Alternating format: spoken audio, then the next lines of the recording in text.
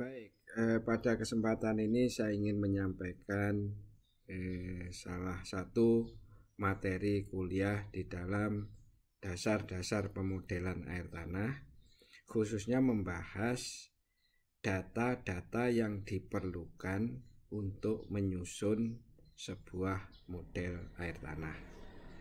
Dan seperti biasa, pembahasan materi ini akan saya sampaikan secara sederhana, natural, primitif, agar materi ini dapat difahami dengan baik.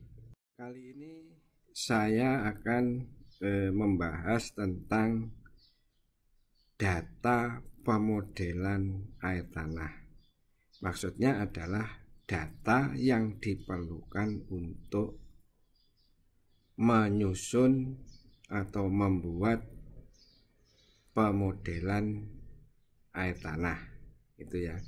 Nah, sebelum saudara membicarakan atau memahami ini, maka kita harus ingat pada pemahaman dasar yang pernah saya sampaikan pada part-part terdahulu dari kuliah ini, itu ya. Jadi data ini sangat penting di dalam pemodelan, karena saudara ingat ya bahwa model yang baik ini artinya apa? Artinya adalah mendekati aslinya, atau dengan kata lain persen errornya itu kecil. Ya, saudara masih ingat. Nah, model yang baik atau persen error kecil ini hanya akan saudara dapatkan apabila saudara mendapatkan atau mempunyai apa?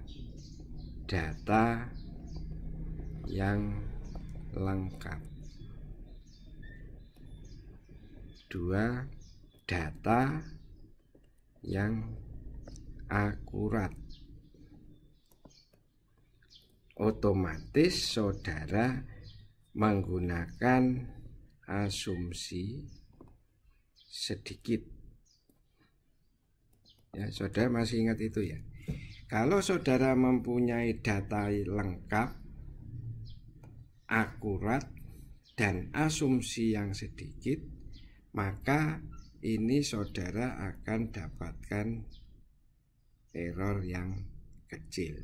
Artinya model itu adalah model yang baik, yang akhirnya dapat diaplikasikan untuk berbagai kebutuhan, berbagai tujuan, ya.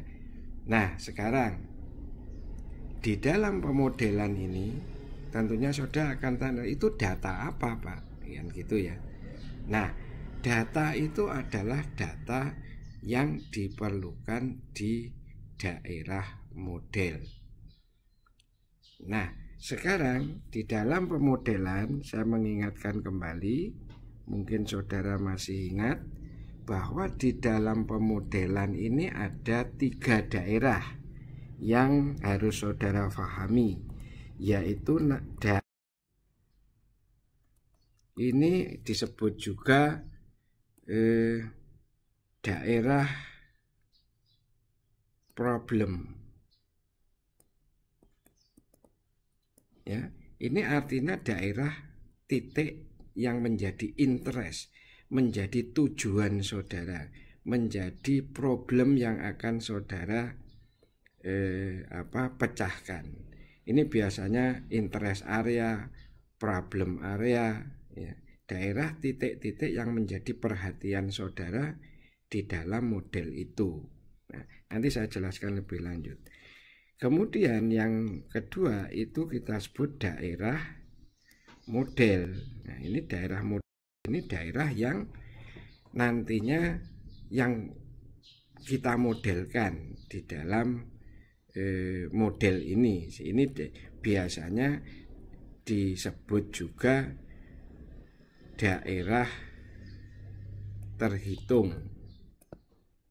kalau bahasa Indonesianya, atau nanti kita umumnya menjadi calculated area. Ini adalah daerah yang dimodelkan secara matematika sehingga itu disebut sebagai daerah terhitung atau daerah calculated area. Nah, yang berikutnya adalah daerah penelitian. Jadi research area. Nah, ini harus saudara pahami ya. Ini nanti di dalam model ini akan seperti ini. Ya. Nah, ini bisa jelaskan begini, misalnya ya. Ini sebagai misalnya. Di sini tuh ada sumur bor. Kemudian di sini ada sampah apa jenis deponi, ada TPA misalnya. Ya. Nah, ini saudara ingin mengetahui pengaruh TPA ini, sampah ini terhadap sumur-sumur ini, sumur-sumur produksi. Kira-kira mencemari enggak? Bagaimana pengaruhnya TPA terhadap ini? Maka daerah ini namanya daerah interest. Ya. Ini namanya interest area. Interest area. Ya, itu. Nah, kalau saudara memodelkan, tidak bisa saudara memodelkan di daerah ini. Saudara nanti harus menentukan daerah model. Nah, daerah model itu dibatasi oleh boundary condition. Nah, nanti saya sebutkan berikutnya adalah apa itu boundary condition. Daerah model itu harus disesuaikan dengan kondisi hidrogeologi setempat. Nah, sebagai misalnya, ini sebagai contoh dulu. Nah, di pinggir ini ada sungai gitu ya. Nah, sungai misalnya ini. Ya, terus ini juga ada sungai sana. Ya. Ini ada sungai, udah ini cabang inilah misalnya. Nah, misalnya ini ideal aja. Nah, maka di dalam pemodelan ini itu adalah daerah yang mempunyai batasan hidrologi atau hidrogeologi. Maka ini nanti bisa kita pakai sebagai batas model. Ya, nanti kita bahas ini namanya boundary condition gitu ya. Maka saudara menentukan batas daerah modelnya adalah ini. Ya, ini daerah model. Misalnya ini. Nah, ini adalah apa? Daerah atau model area. Ya. Karena ini nanti dibatasi oleh kondisi hidrogeologi atau mempunyai sifat hidrolika. Ya, nanti kita jelaskan lebih lanjut. Nah, jadi inilah sebetulnya saudara di dalam menentukan daerah. Nah, kemudian kalau saudara mau meneliti ini model area, saudara kan tidak bisa meneliti ini saja. Saudara harus meneliti daerah yang lebih luas agar saudara bisa mengetahui batas-batas di daerah sekitarnya tadi. Maka daerah yang lebih luas itu ya, yang lebih luas tadi ini adalah namanya research area. Ya. Jadi saudara lihat, interest area itu harus ada di dalam model area. Nah, model area itu harus ada di dalam research area. Ya. Jadi ini pemahamannya, sehingga saudara nanti akan tahu bahwa interest area itu lebih kecil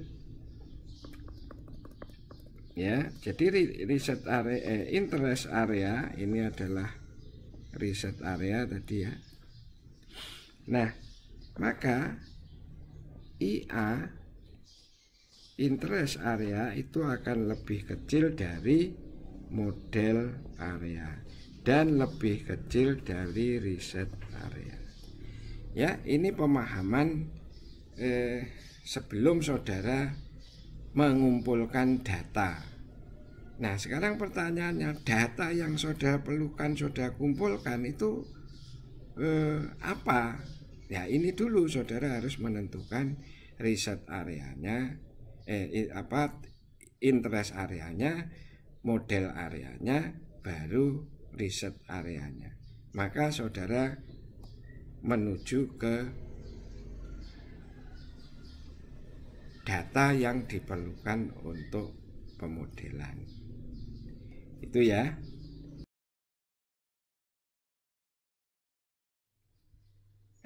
Di dalam gambar ini jelas ya antara yang interest area, model area, dan investigation atau riset area tadi. Ya, ini contoh ini yang biru ini adalah landfill ya, landfill. Saudara, ini ada swampy field, ini ada borehole, ini borehole, borehole, borehole. Jadi saudara ingin memodelkan bahwa ada extraction well ini ya, pengaruhnya dengan landfill ini. Jadi di sini ada beberapa borehole di sini ada borehole ya, yang tadi untuk pengen mengetahui apakah berpengaruh terhadap borehole ini jadi landfill ini. Kemudian extraction well ini ditujukan untuk menahan polutan dari landfill ke arah borehole ini. Ya, terus ini adalah sistem akuifernya. Nah, maka daerah ini adalah daerah interest, daerah yang akan saudara pecahkan problemnya, daerah yang akan saudara tuju sesuai tujuan pemodelan saudara.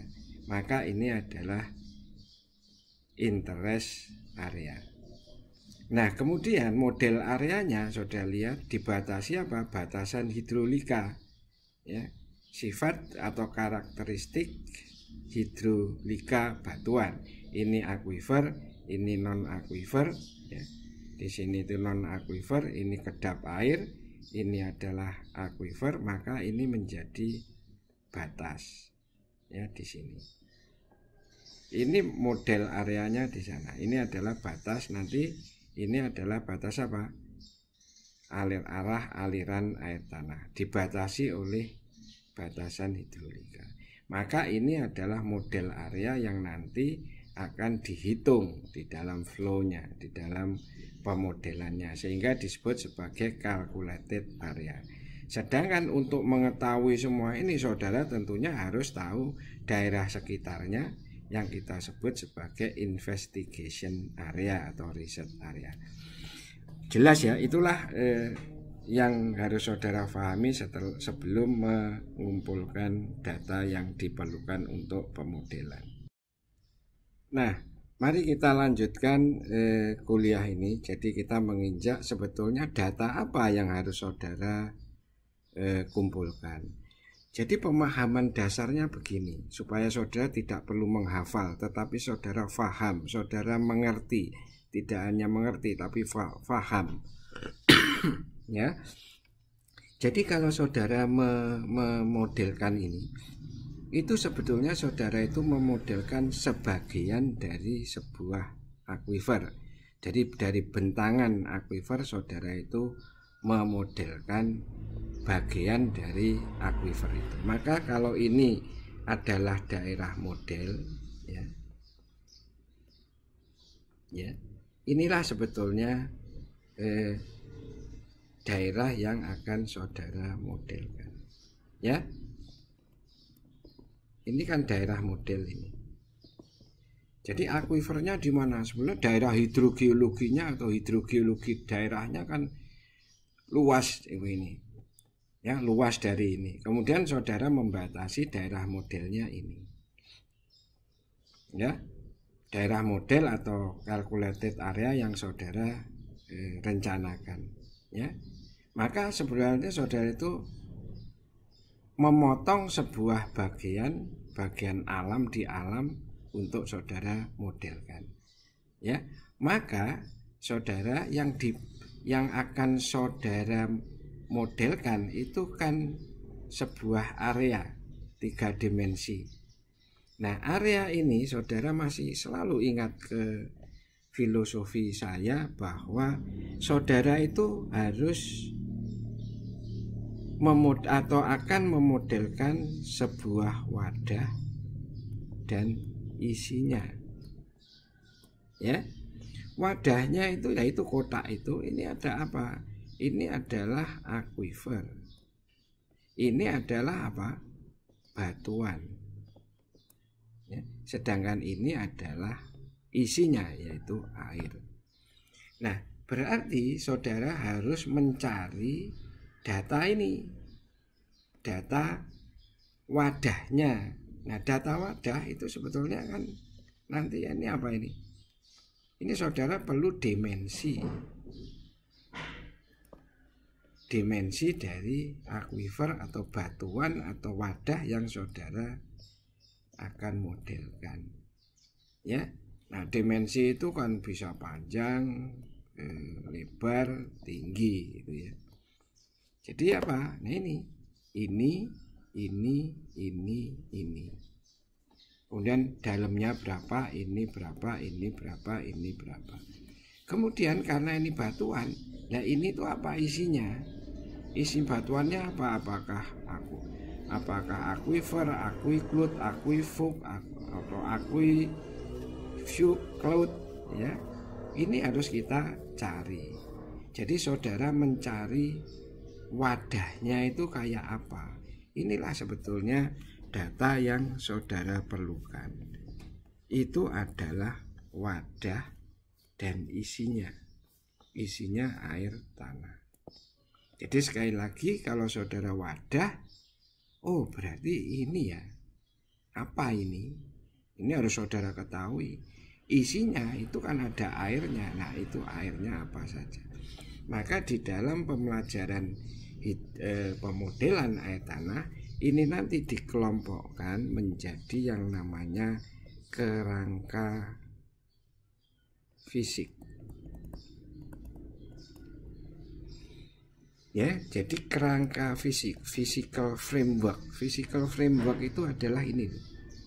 Ini apa? Wadah ini apa? Kayak apa? Parameternya apa? Nah, ini dikelompokkan di dalam penekanan hidrologi. Ya, jadi ini airnya ya. Jadi dua hal inilah yang nanti kita akan cari data berupa kerangka fisik dan data hidrologinya. Ini mencakup isinya, ini menyangkut wadahnya. Jadi saudara nanti akan mencari ini apa di sini. Misalnya lempung. Oh, di sini ada akuifer. Ini ada mungkin breksi atau apa, konglomerat atau apa. Ya. Di sini ada akuifer. Jadi inilah sebenarnya yang saudara cari. Ini ketebalannya berapa, ketebalan berapa, muka air tanah. Kalau air tanah nanti, maka saudara akan di sini. Oh, ini muka air tanahnya.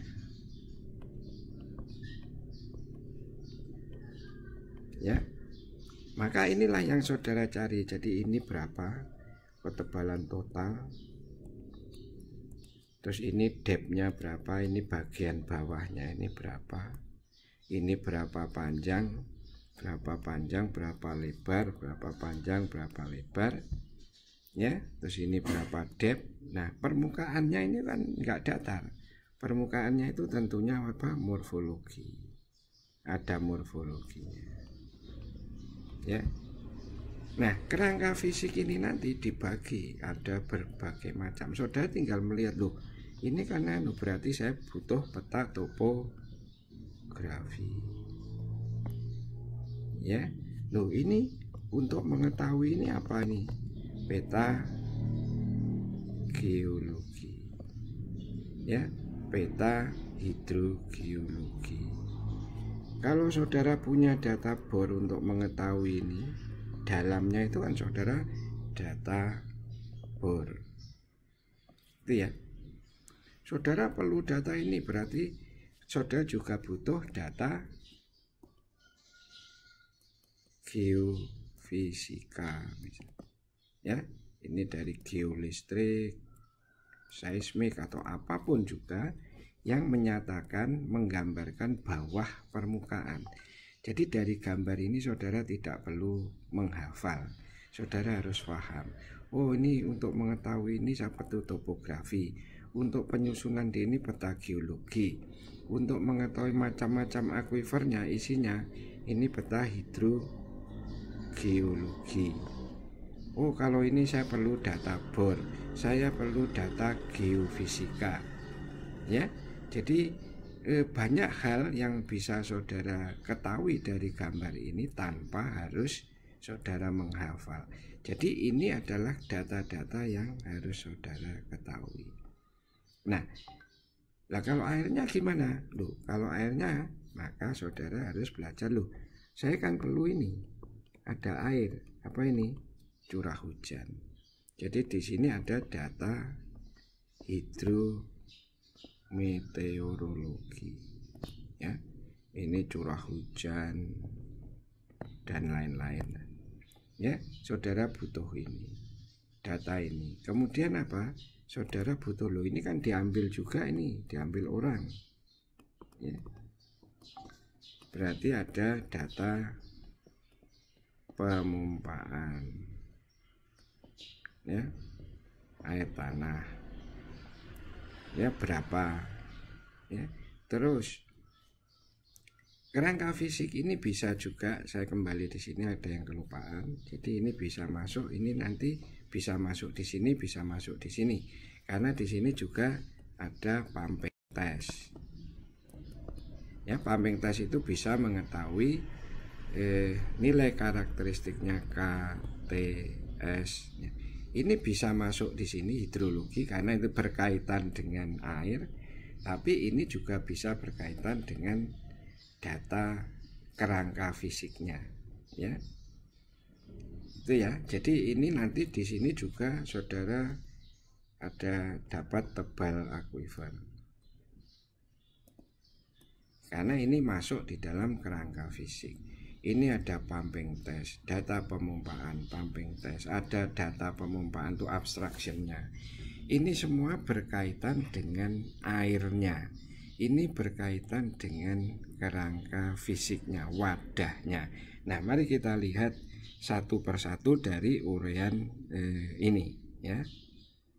Sekarang silakan saudara lihat kembali di diktat yang pernah ada, ya, yaitu data pemodelan air tanah. Ini saudara lihat di sini sudah dijelaskan yang berupa kerangka fisik itu apa saja. Yang tadi sudah saya sampaikan, ini adalah wadahnya, ya.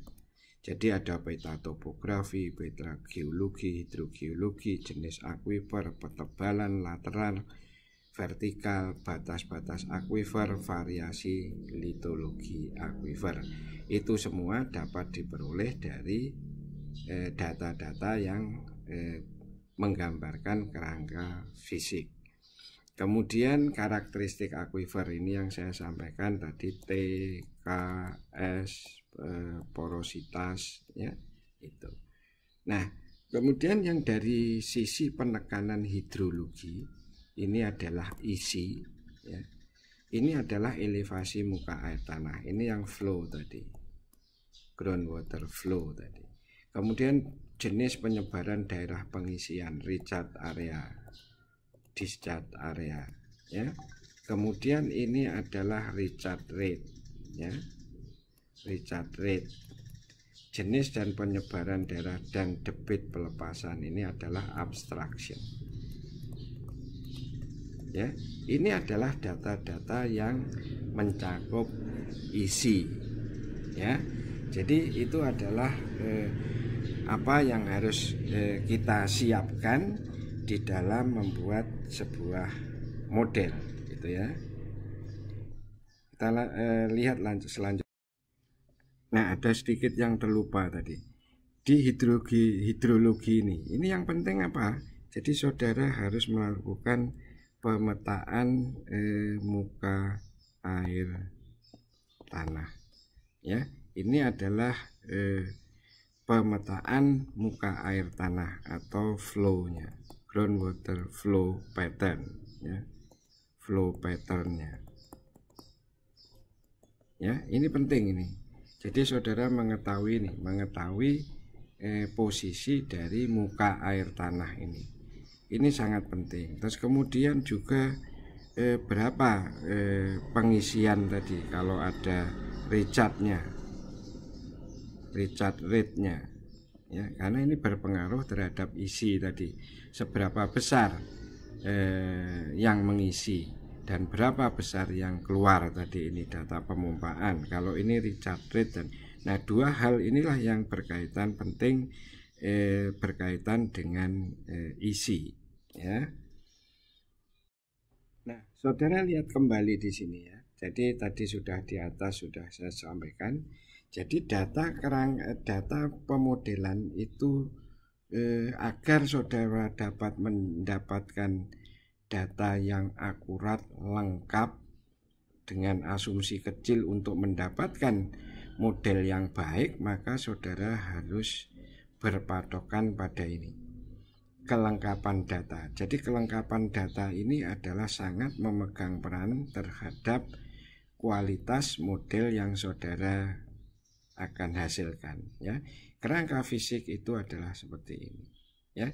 Kemudian penekanan hidrologi ada seperti ini, ya. Sekali lagi saudara sudah paham hal itu, ya. Misalnya topografi, saya kira saudara pasti tahu itu, ya, bahwa topografi ini sangat penting nanti di dalam mengetahui elevasi dari masing-masing titik bor, ya. Paling ini misalnya topografinya seperti ini, ya. Topografinya seperti ini, kemudian ada pemboran di sini, ada pemboran di sini, ada pemboran di sini. Kemudian saudara bisa mengkorelasikan hal-hal yang berkaitan dengan ketebalan misalnya, sehingga saudara bisa menghitung ini kedalaman di sini, kedalaman di sini, kedalaman di sini, dan sebagainya. Nah, misalnya ini aquifer yang akan saudara modelkan, maka ini juga harus didasarkan pada data topografinya untuk mengetahui tebal, kedalaman, dan masing-masing. Jadi topografi ini menjadi data yang sangat penting. Juga saudara nanti bisa memetakan misalnya muka air tanah, ya, muka air tanah, ya. Ini akuifernya. Nah, tentunya muka air tanah di sini saudara tentunya akan menghitung apa? Dari ini tebal akuifer, ya. Kemudian di sini apa ini? 0 mean sea level, berarti saudara butuh data H. Nah, H ini bisa saudara ketahui dengan mereferensi dari yang saudara ukur di sini. Ya, ini nanti kan saudara masih ingat, maka ini D, ya. Kalau ini elevasinya ini dari mean sea level X, maka H ini adalah X minus D, ya. Jadi X atau elevasi ini adalah juga sangat penting di dalam mencari data pemodelan, sangat-sangat penting, gitu ya. Itu adalah peta topografi. Nah, kemudian juga apa ini? geologi tentunya ya, geologi. Saudara lihat ini ya, ini adalah peta geologi. Tentunya saudara akan dapatkan apa? Subsurface-nya juga. Jadi saudara misalnya ini adalah aquifernya ya, ini berbagai kondisi geologi. Ini daerah yang flat, ini daerah yang ada lipatan, ini ketidakselarasan, ini ada patahan dan sebagainya. Nah, saudara lihat ini juga topografi. Jadi peta topografi itu penting. Kemudian ini kalau saudara akan memodelkan ini, tentunya saudara harus mengukur dari topografi, berapa dalamnya, berapa tebalnya dan sebagainya. Ini menunjukkan penyebaran geologi bawah permukaan. Seperti ini adalah daerah yang impermeable, ini batu gamping diangkat ini adalah daerah yang akan saudara model misalnya. Nah, maka daerah ini tentunya akan saudara modelkan demikian. Nah, ini membutuhkan data-data subsurface, ketebalan, kedalaman, apalagi penyebaran, ukuran panjang, terus ini kesananya berapa ya, panjang, lebar,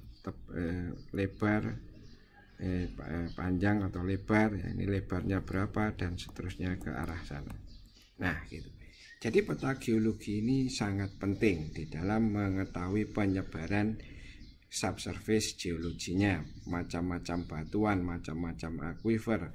Nah, ini demikian juga, ini adalah basementnya, aquifer basementnya, untuk mengetahui bagian bawah dari daerah yang saudara modelkan. Ini adalah daerah yang saudara modelkan. Berarti saudara tahu apa? Tahu batas bawahnya, ini batu gamping ya. Maka saudara bisa mengetahui basementnya ya. Tadi sudah saya sampaikan, kalau saudara memerlukan dimensi, maka saudara misalnya ini lebar, ini panjang, ini apa? T tebalnya. Jadi saudara sudah tahu dimensi panjang, lebar, dan ini lebar, panjang, tebal.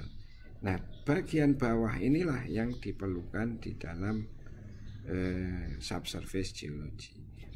Nah, kemudian di bawah ini saudara juga tahu ini. Nah, ini adalah bagian bawah yang saudara modelkan ya.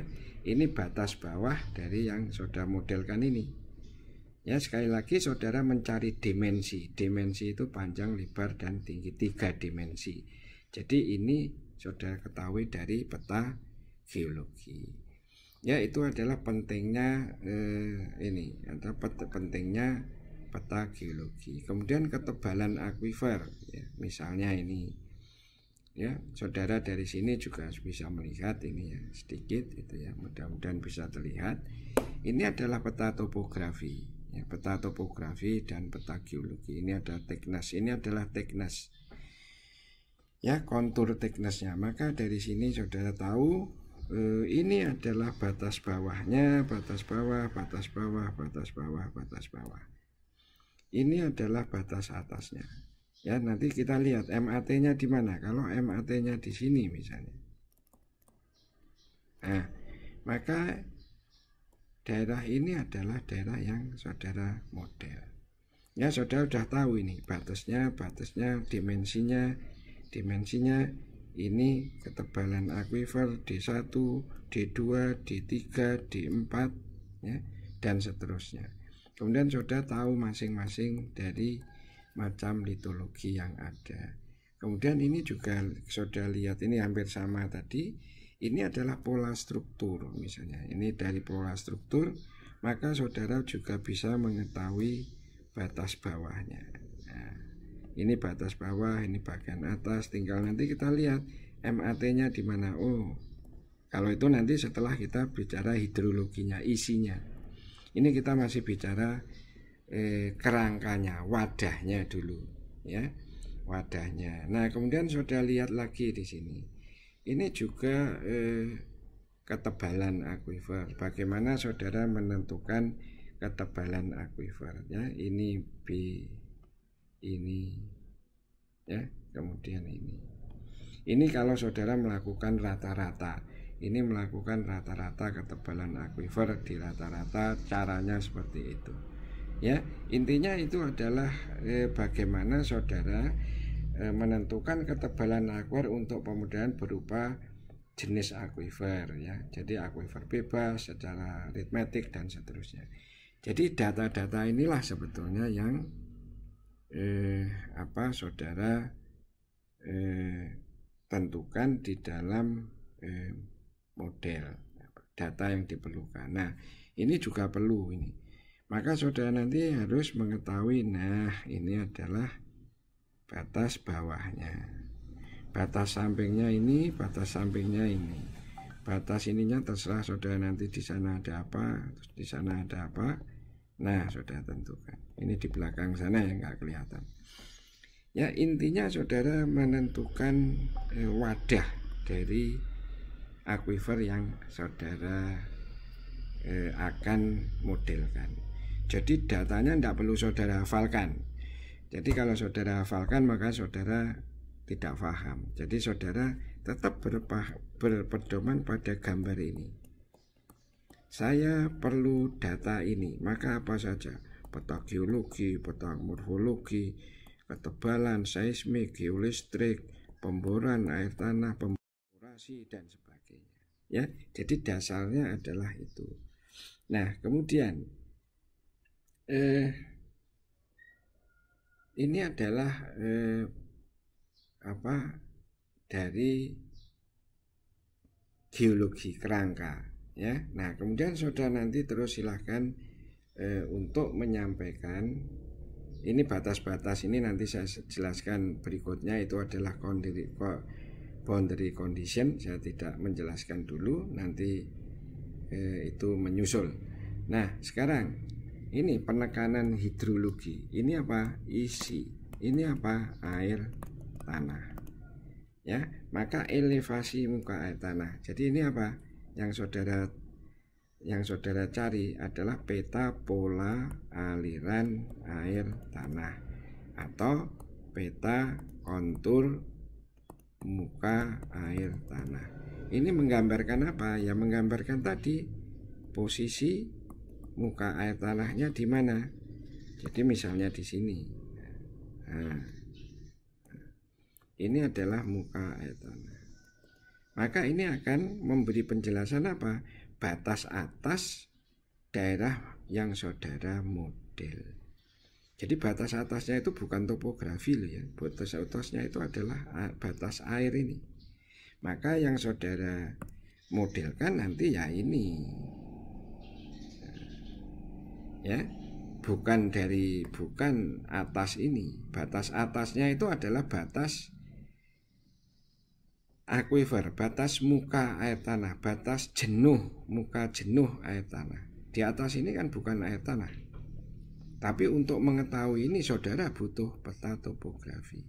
Ya, di sini kan saudara punya topografi tadi. Saudara butuh topografi apa? Untuk mengetahui ini, untuk mengetahui ini. Ya, untuk mengetahui ini. Tapi batas atasnya itu adalah muka air tanah atau batas jenuh ini, atau kalau akuifer tertekan nanti adalah batas pisometriknya. Ya, jadi itu yang saudara. Nah, kemudian ini adalah berbagai pisometer ya. Jadi saudara juga perlu mencari sumur-sumur pengamat ya. Sumur-sumur pengamat itu tujuannya apa? Untuk mengetahui muka air tanahnya. Jadi air aquifer ini muka air tanahnya berapa, ini buka berapa. Jadi intinya adalah saudara mengumpulkan data-data mengenai air tanah yang ada di daerah itu ya. Jadi muka air tanah tadi, terus kemudian debit ya, ini. Nah, ini debit. Ini apa? Pengambilan air tanah. Jadi seberapa di daerah ini diambil, Q-nya berapa. Terus kemudian daerah pelepasannya mana, di daerah recharge-nya di mana. Nah, kemudian debit pengisian. Ini apa? Ini adalah imbuhan air tanah atau groundwater recharge. Jadi berapa air yang masuk di sini? Jadi berapa, saya gambarkan di sini.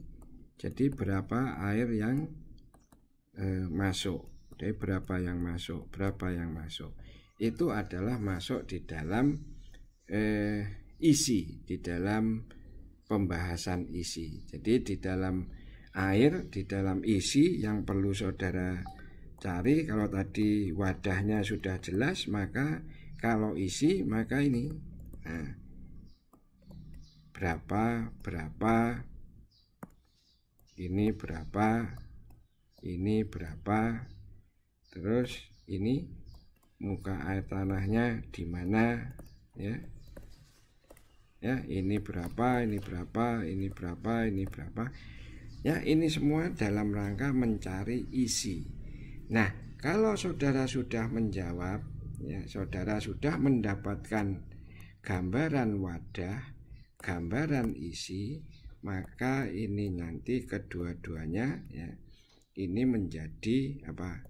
Input di dalam model.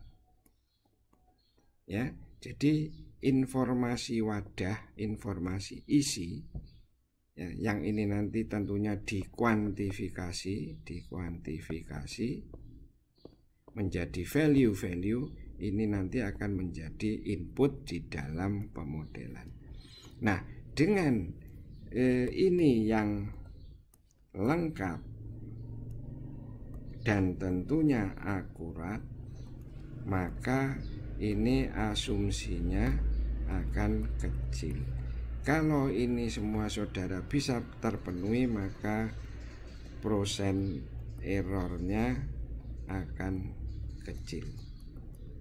Ya, ini akan kecil, maka model saudara akan menjadi sebuah model yang baik, mendekati kebenaran dan siap diaplikasikan. Ya, itu adalah pembahasan model data yang diperlukan untuk pemodelan air tanah. Ya, sekian, nanti kita lanjutkan tema yang lain. Terima kasih.